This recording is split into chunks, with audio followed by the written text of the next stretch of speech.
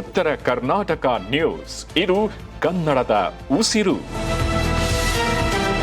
ಪುಣೆಯ ಲೋಹಗಢ್ ಕೋಟೆಯಲ್ಲಿ ಉದ್ಯಮಿ ಕೇತನ್ ಅಗರ್ವಾಲ್ ಅವರನ್ನ ಕಂದಕಕ್ಕೆ ತಳ್ಳಿ ಕೊಂದ ಪ್ರಕರಣ ದಿನಕ್ಕೊಂದು ಆಘಾತಕಾರಿ ತಿರುವನ್ನ ಪಡೆಯುತ್ತಿದೆ.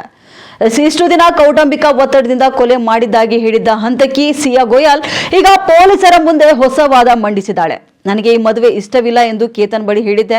ಆದರೆ ನಮ್ಮದು ಪ್ರಭಾವಿ ಮತ್ತು ಶ್ರೀಮಂತ ಕುಟುಂಬ. ನೀನು ನನ್ನಿಂದ ತಪ್ಪಿಸಿಕೊಳ್ಳಲು ಸಾಧ್ಯವಿಲ್ಲ. ಓಡಿ ಹೋಗ್ತೀಯಾ? ಹೋಗು, ನೀನೆಲ್ಲೇ ಇದ್ರೂ ಕೂಡ ನಾನು ಹುಡುಕ್ತೀನಿ ಎಂದು ಕೇತನ್ ಹೇಳಿದ್ದಾಗಿ ಸಿಯಾ ತನಿಖಾಧಿಕಾರಿಗಳಿಗೆ ತಿಳಿಸಿದ್ದಾಳೆ. ಆದಾಗ್ಯೂ ಕೂಡ ಆಕೆಯ ಈ ಹೇಳಿಕೆಯನ್ನ ಪೊಲೀಸರು ನ್ಯಾಯಾಂಗ ಪರಿಶೀಲನೆಗೆ ಒಳಪಡಿಸಿದ್ದಾರೆ. ಪೊಲೀಸ್ ಮೂಲಗಳ ಪ್ರಕಾರ ಸಿಯಾ ಮತ್ತು ಆಕೆಯ ಪ್ರಿಯಕರ ಚೇತನ್ ಚೌಧರಿ ಆರಂಭದಲ್ಲಿ ಮದುವೆ ತಪ್ಪಿಸಲು ಓಡಿ ಹೋಗಿ ಮದುವೆ ಆಗಲು ನಿರ್ಧರಿಸಿದ್ರು. ಆದ್ರೆ ತನ್ನ ಹೆತ್ತವರ ಸಾಮಾಜಿಕ ಪ್ರತಿಷ್ಠೆಗೆ ಧಕ್ಕೆ ಬರಬಹುದೆಂಬ ಕಾರಣಕ್ಕೆ ಸಿಯಾ ಹಿಂದೆ ಸರಿದಿದ್ದಳು. ಇನ್ನು ಮದುವೆ ಮುರಿಯಲು ಹಲವು ದಾರಿಗಳನ್ನ ಹುಡುಕಿ ಸುಸ್ತಾದ ಇಬ್ರು ಸೇರಿ ಕೇತನ್ ನನ್ನ ಜಗತ್ತಿನಿಂದಲೇ ಮುಗಿಸುವಂತ ಕರಾಳ ನಿರ್ಧಾರಕ್ಕೆ ಬಂದಿದ್ರು. ಕೇವಲ ಕಳೆದ 7 ತಿಂಗಳಲ್ಲಿ ಸಿಯಾ ಮತ್ತು ಚೇತನ್ ಪರಸ್ಪರ 2004 ಬಾರಿ ಫೋನ್ ಕರೆ ಮಾಡಿಕೊಂಡಿದ್ದು ಬರೋಬ್ಬರಿಯಾಗಿ 238 ಗಂಟೆಗಳ ಕಾಲ ಕೊಲೆಯ ಸಂಚಿನ ಬಗ್ಗೆ ಮಾತನಾಡಿದ್ದಾರೆ ಎಂದು ಪೊಲೀಸರ ತಾಂತ್ರಿಕ ತನಿಖೆಯಲ್ಲಿ ಬಹಿರಂಗವಾಗಿದೆ.